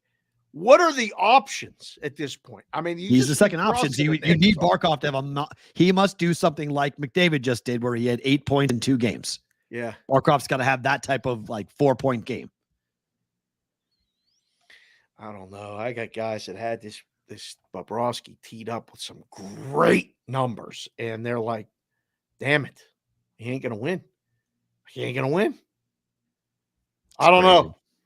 It's crazy. I can't wait to see that game tomorrow. I've already cleared the calendar. Me and you are doing Sports Grid. Yep. We'll have it on. I ain't watching. I don't even look at the baseball matchups for tomorrow. Like, I don't even want to worry about it. And then, my favorite thing about today, we'll talk about, but the Saturday is the bananas thing here in Vegas. Right. Friday night is hockey night. I can't wait. All right, tonight, Giants and the Cardinals. The game's a pick'em. They play at Rickwood Field in Birmingham, Alabama. Game's on national TV. It's on Fox. You've been to this field. The total is 9. Yes, the total is 9. Yep. Okay, so here's some fun facts from MLB.com about this game for you guys if you're going to watch this. Rickwood Field is the oldest ballpark in America that has had professional baseball played inside of it. Opened in 1910. It's older than Fenway, older than Wrigley. It was modeled after Forbes Field in Pittsburgh. You ever been there? It was knocked down before I was born. Oh, okay. Interesting. So there's a home plate memorial there. Oh, cool. That my dad took me to, because that's where he grew up. He lived right around the corner from it. Okay. And that's where him and my uncle would go to games and stuff. And I've only seen pictures. I never was there. 8,300 tonight, Dave. That's your capacity. Lower number of tickets. You said it was very expensive to go to the game, huh? Well, 10,300 is the actual capacity, but Major League Baseball, they put $5 million into the ballpark, and that shrunk the capacity. Astros now lead the White Sox 4-3. You're welcome. $5 million to upgrade the park for tonight. Video boards, replays, different things you would see at a Major League Baseball game, and a whole new playing surface. The entire surface is brand new. Sod, never been played on before. It's entirely brand new. Wow. 181 Hall of Famers played at Rickwood Field. 181, including Babe Ruth, Hank Aaron, Jackie Robinson, Mickey Mantle, and more that played there. Interesting fact about tonight, it'll be the first game in MLB history with an all-black umpiring crew. Doesn't that seem weird that it took this long to have this is the first time we're ever going to see an all-black umpiring crew in baseball? It's 2024. I guess so. I don't know. I mean, I'm sure that they try to work the crews and keep everybody whatever, but that's cool. That's a good thing, I think. So there's that. 60 living Negro League players will all be in attendance tonight. Oh, it's pretty neat. I see they'll have a big tribute to Willie Mays, as always, as you'd expect with him passing this week. This is supposed to be a tribute to him. Instead, it's going to be a tribute to him passing. So a little bit of a melancholy. Right. Because the death is so fresh. It's just happened. So you could see some a lot of emotions before the game. Huh. Yeah. I'll be watching it. Although it's how do you make the line? Out. What? It's probably blacked out here because we're in a Giants market. So I'm going to have to, it's not going to be. There's no way. Are you serious? Yeah. Yeah. Yeah. We're in the Giants market. So we're blacked out from this single standalone game, which I didn't realize now with all this stuff going on. This is a good thing that it's standalone. I mean, it's the only game going on at 4:15. Right. Night, 7:15. Yes. Eastern. Milwaukee plays San Diego tonight. Had an offer earlier to go to San Diego for the weekend to catch the Brewers. I said, I can't. Got to go to the Bananas thing. Oh, no blackouts tonight. It's a national game. Oh, we'll see. Good. Oh, that's great. Blacked out from national games before, though. So hopefully we'll see. Interesting. Okay, we'll see. Well, that's great. I hope Spain up 1-0. Thank you, Lake Show Magazine. Who is keeping us. Spain? Oh, yeah. No, I don't care about that. Where are the Royals up? Give me a Royal score. Right now the Royals are leading 1-0, bottom of the third. Okay, I need more runs, Royals. I need a run line here. Let's go. Let's don't waste a Lugo start. Come on now. Let's go. Let's keep it going on that. Okay, you mentioned it. Car jitsu or tractor pulls? Which is more ridiculous? Because you can now bet on tractor pulls. If you were booking games, which would be more frustrating for you? You have to book tractor pulls. Hold on. I'm trying to think of the words. So many things coming into my head right now. It's called full pull picks. For that name alone, they're out. The launch of full pull picks marks the debut of the first dedicated sports gaming app for tractor pulls, a 75-year-old sport dubbed as the world's heaviest motorsport. That's some of the dumbest shit I ever heard in my life. You can bet on this on 12 states. There's 12 states that are going to legalize betting on tractor pulls. I got to have a meeting with these people that okay this shit. Seriously. Like, we got to have a talk and say, like, you guys, you okay this stuff and you won't okay to live golf in New Jersey. There's actually people competing and, like, somebody might be interested in this. Now, I'm not completely besmirching track pulls or whatever the hell that is. Car jitsu, I'm not going to lie, I'm going to watch it once. So I'll give you the idea. A tractor pull that you're going to bet on. A driver operates a vehicle that is attached to a metal sled and traverse an area that is a minimum of 30 feet in width and 320 feet in length. Since the vehicles require significant horsepower and torque, the engines are modified to help the drivers attain an optimal pull. In many ways, the chess game is won by the engine developers before the drivers ever enter the vehicle. Never. Dave, we're going to have you book this. You know what? Never. I quit. Goodbye. I'm out. The tractors, the motors, you lost me. I'm going to put up lines on this bullshit. I'm out. That's it. I'm done. Competing in rare cases, a vehicle might reach the end of a course, completing a successful trek known as a full pull. If two or more drivers complete in a full pull in a given event, they face off for a medal in a subsequent pull off. Did you say a pull off? We're gonna face off in a pull off? I can't. I love this show. I never would have heard that two expressions in my life. We're going to face off in a pull off, and I'm going to make numbers. It's a pick'em.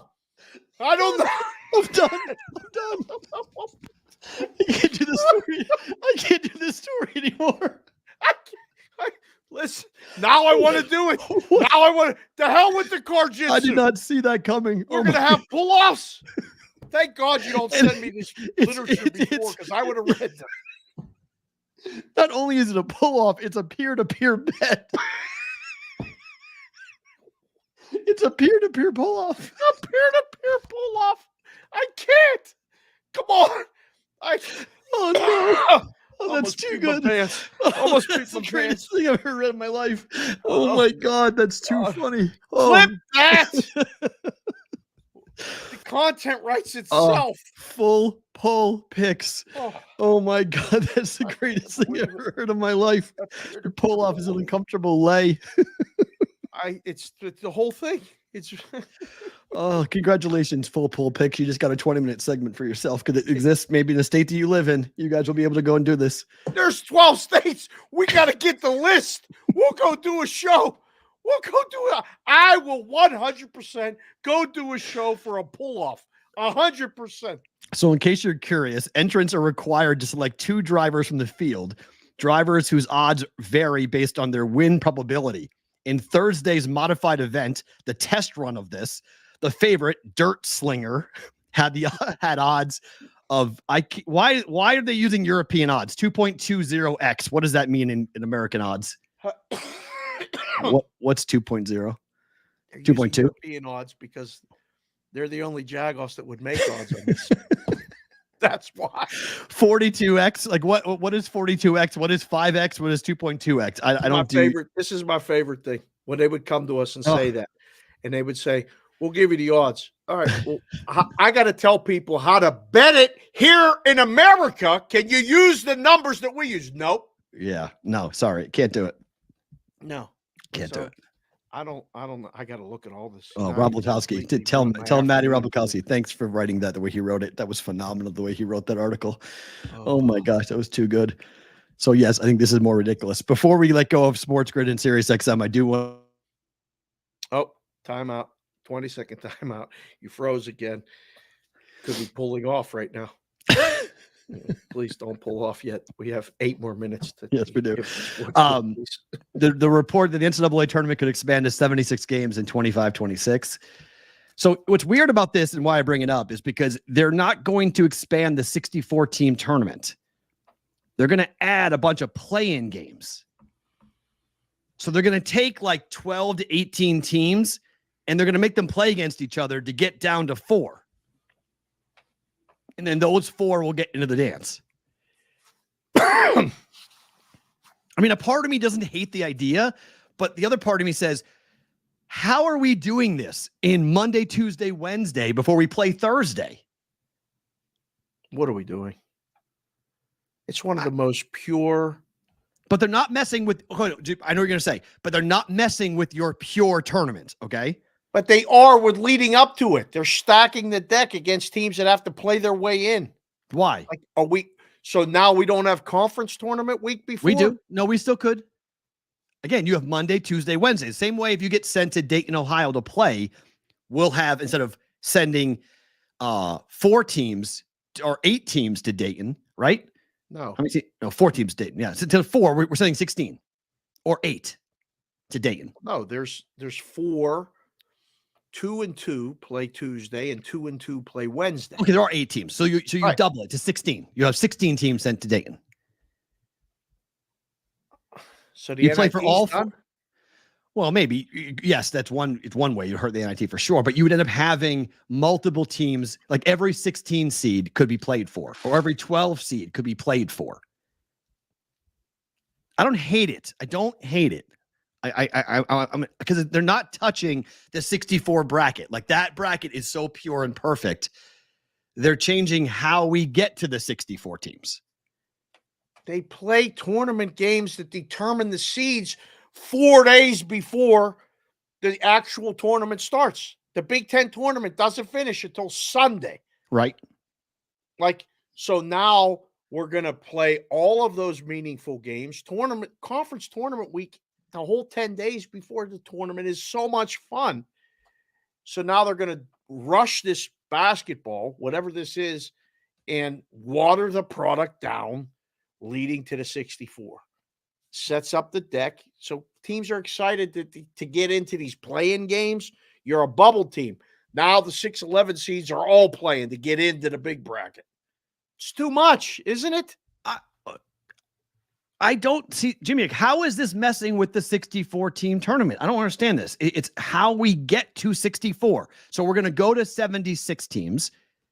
We're going to go to 72 teams, 76 teams. We're still going to get to 64. Like, as long as we get to the 64 bracket and we leave it as is, I don't really care how we get there.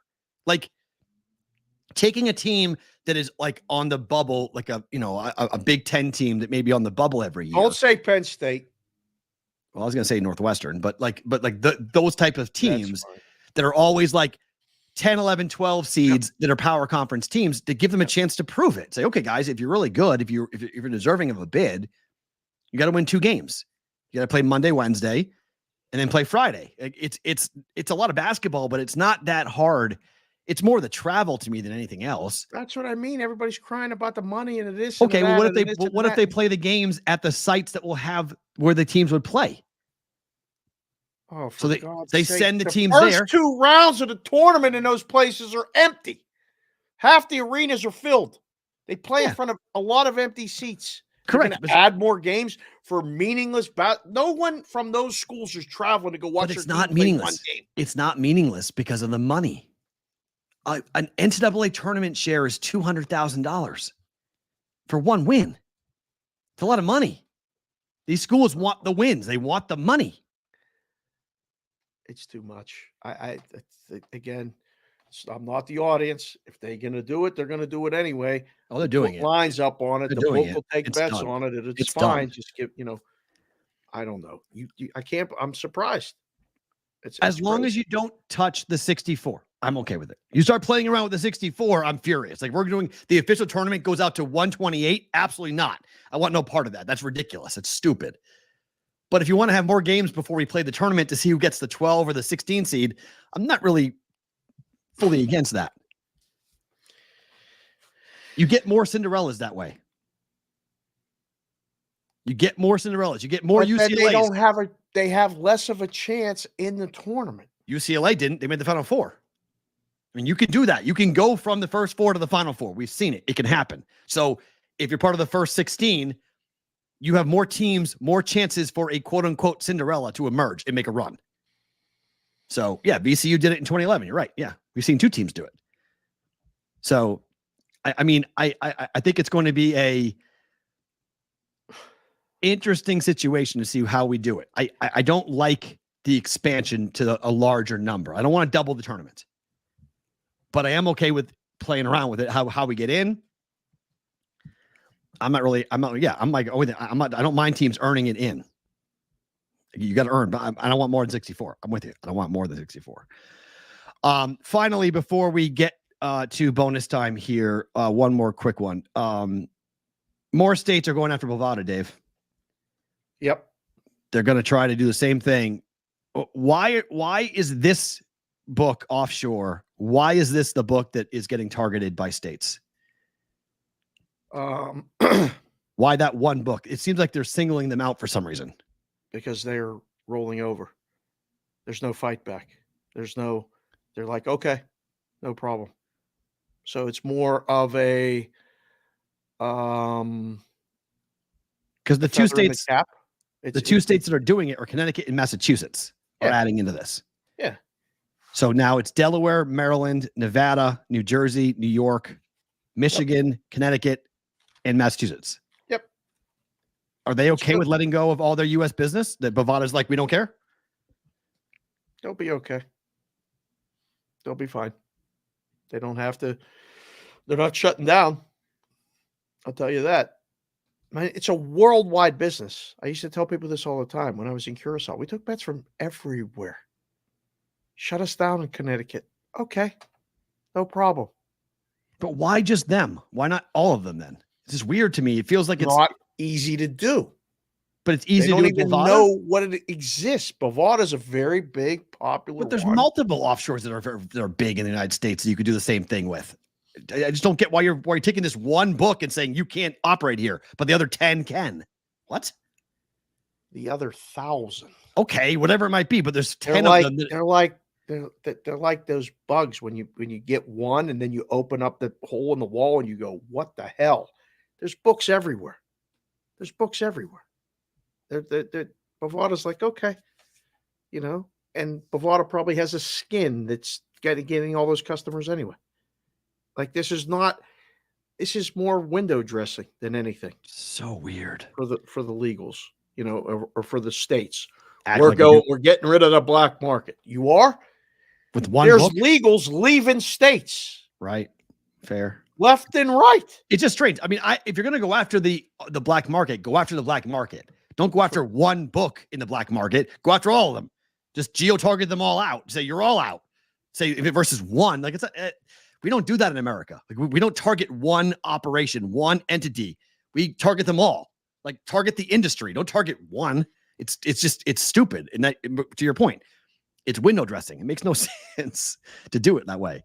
I don't understand the jurisdiction argument. That's my favorite thing. I mean, like from somebody that was down there to understanding how that business works. I don't understand what they're doing.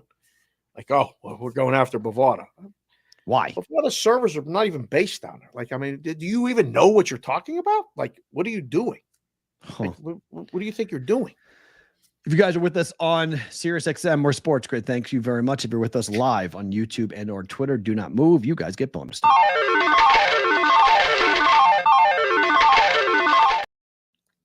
Oh, Butchie says they all got a letter. Yeah. They all got a letter? So why are we just writing stories about Bovada? That's all they know of. Legal Sports Report only knows of Bovada? What? They maybe only know that Bovada got a letter. Oh, okay. You think they're talking to anybody? Who? Any Legal Sports Report. You think they're talking to places down south? Anywhere? I think they know anybody? Probably not. I would guess no. Probably not. Like, that's what I mean. There's a lot of people talking, and they can say whatever they want when they have the platform and write these things. I'm not besmirching anybody for writing the stories. Just know your facts. There's going to be news today because today is the hearing in Massachusetts. It's going on as we speak right now. Well, it was this morning. Oh, is it over? And it was going. It was today. Yeah, I went on, and then I went to hear the part where they were going to talk about the limiting, and it went into executive session. They did give them. They caved. I was watching it this morning. They did cave. And I was like, wait a second. What does this mean? Like, wow. They went to a different area. Yep. So they caved. That's what the books wanted. That's what the books wanted. The books wanted the private session. They didn't want whatever it was. It was executive session. Yeah, that's the private. That's what the books asked for. So they gave them. Wow, mass caved. Because the quote from this story says when the Mass Gaming Commissioner Nikisha Skinner went to the North American Gaming Regulators Association in Charleston, South Carolina, she said, quote, "There's a lot of talk about the illegal gaming market and discussions around the cease and desist letter that Michigan sort of spearheaded. Now Connecticut, I learned this morning that we have signed on as well. Is it worthwhile to have a discussion among the commissioners whether there are any steps that we want to take along those lines with the understanding that our hands are somewhat tied, but it's worth the discussion. We may want to send that cease and desist letter of our own." And they did yesterday. That's good. We'll just leave it at that. I don't know what they're going to accomplish from it. Why Bovada? Because that's what other states did. A lot of this is monkey see, monkey do. It is, but I just have a fundamental problem with the fairness of making one book be the one you target. There's nothing fair about any of this. This is all. I agree. It's just I read rules everything. Of course, but you're not going to change anything for anybody who asks the question of like. Correct. So there's Bovada, right? There's Bet Online, right? There's Bet US, right? Like you just go down the list of all these different offshore books that operate in Pinnacle and Chris and everything else, and you're going to sit there and go, "We'll take Bovada off the board." Well, what did they do? Why them? Like, what did they not pay you off? Like, why you? Like, why are you choosing to target one company versus the offshore industry? Yeah, because they can't. This is what happens in life, right? You get picked on or targeted because they can win. Can anyone like raise their hand and say, "This is fucked up. What are we doing?" Like, I don't know. Like, someone who's like, who I'm an American citizen. Like, they're offshore. Great. Why one company? Can you guys explain to me why we're going after one? Why not them all? They can't get them all. And it's not their. I don't know if it's their. You don't have to get them all. You can do what you did. Hey, did they shut down all the poker sites pretty quickly? Like, if you really want to do it, you can do it. There were limited number of those, and they did it. That Black Friday was real. That was, there's a lot of people doing a lot of business with that, and they were able to, the big ones were very big, and they zapped them out. But this industry is 30 years old. I mean, there were people doing this down south in different places and islands and countries in 1995. I mean, it's literally 30 years old. The poker stuff rose up and was quick, and it was limited. It was a handful. Zap them, and them. That's it. Cut the money off. Nobody can play. How are they going to cut the money off from the books? They don't have a clue. It seems ridiculous to me. But wow. Orioles are up 3-0. Hello. It's 6-0, isn't it? Hello. I just saw 3. Isn't it 6-0? Let's see. Is it 6-0? Yes, sir. Yeah. 6-0. Bye-bye Cy Young for a heel. One start? No, but it's his worst start of the year by far. Right. It's smacked around. So now I need, if I get the Royals run line, I win. It's fine. It covers both bets pretty much. It'll be down a little bit, but 1 bet. Royals top of 5. That's good. Let's get that run line. 1 bet for better to book. Whoa.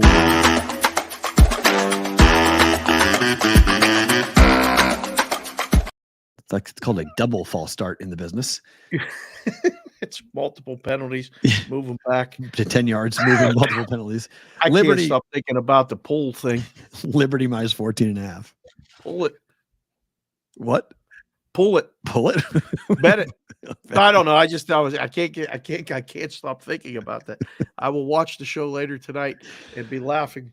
My wife will be like, "What are you doing? Wow. You idiot." Favorite thing about today is what? Me and P-Rock got a little loose last night. He read this thing. We lost. It's 1:30 in the morning, 1:30 in the afternoon. What do you mean? Right. Yeah. Hey, afternoon sessions are fine too. Favorite thing about today is yesterday I had a great lunch with John Merges, Rob Mish, Chris Andrews, Vinny Mayuyo, Bill Krakenberger, and John Orlando over at the South Point, and Jimmy Vaccaro too. Jimmy didn't say much, but it was awesome. We talked about a bunch of things. We talked about the business.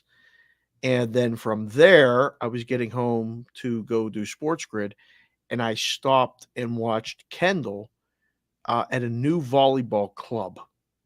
And I met Bob, who's running this. And Bob is a guy who's... When does the season start? Well, this is just clinics. This is to see if you want to make a commitment to actually playing.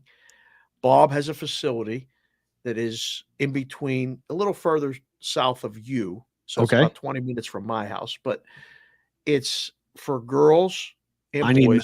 I need Madeline to go to that because she wants to play with Kendall. She really, she wants to play volleyball, but I'm like, Kendall's playing for a couple of years. You're going to be way behind. This is the coolest thing ever. Huh. It's a guy who's done the travel stuff and understands the financial commitment and basically burying people. What club sports have become. And she found this through someone that, she's caught in between NYS rec ball hell and super high level club where they want to take every ounce of blood out of your body that they can get for money. And start traveling around the country at 10 to play volleyball, which is ridiculous. So we go see Bob, and I get there and I just observe, don't say nothing. She gets there, I watch the warm-ups and all this other stuff. And Jessica's like texting me, "What do you think?" Everything looks great so far. So on the way out, I text the producers at Sports Grid and I say, "Boys, I might be a segment or two late because I have to, talk to this guy." And I talked to Bob for 15 to 20 minutes. Oh. He offered me a coaching job by the end of the conversation. It was unbelievable. But you want to talk about a guy that gets it? He hopefully is watching the show today. Uh-oh. Sorry, Bob. No. The other guy that was there, turns out he hears us talking, and I interrupted him and Bob talking. This guy's name was Dan. And he goes, "What show are you on?" And I said, "It's the @ Boston versus the book." He opens up YouTube. He shows me the logo. He said, "Is this it?" I said, "Yeah, absolutely." He said, "You guys talk about all different sports?" I'm like, "Yeah." I said, "I worked in the books for a number of years. I took bets, basically a legal bookie here in town." He's like, "Oh, really?"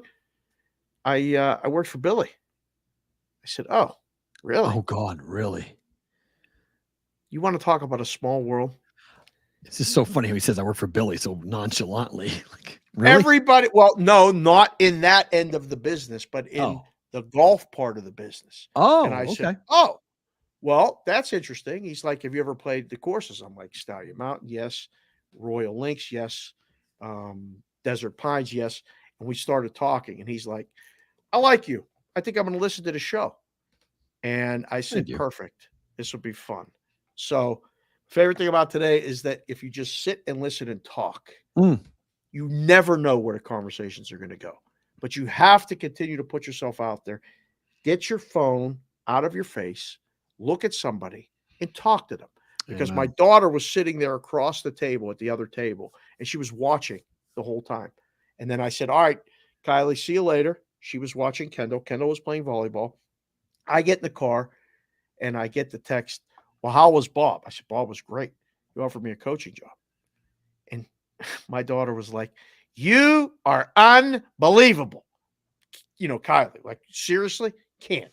I said, "This is how these things happen, Kai. Take your phone out of your face. Talk to people. You never know." Favorite thing about today, you guys showing up, Bob, Dan, Billy, Walters, Butchie, all these people. Those are all my favorite things about today. But the pool thing, I think the pull-off's pretty good. I love what Joe Mazzulla is going to do for the city of Boston because this guy gets it. This is yesterday. This is Joe Mazzulla in the north end of Boston, which is literally a mile from TD Garden. Yep. If you know the city of Boston.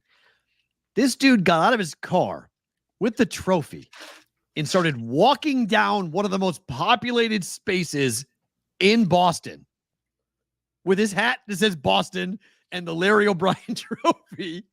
And he did it to multiple stops up and down Hanover Street. Gets it. In Boston. Gets it. Just gets it. Just understands what it means, what it is, who is he doing it for.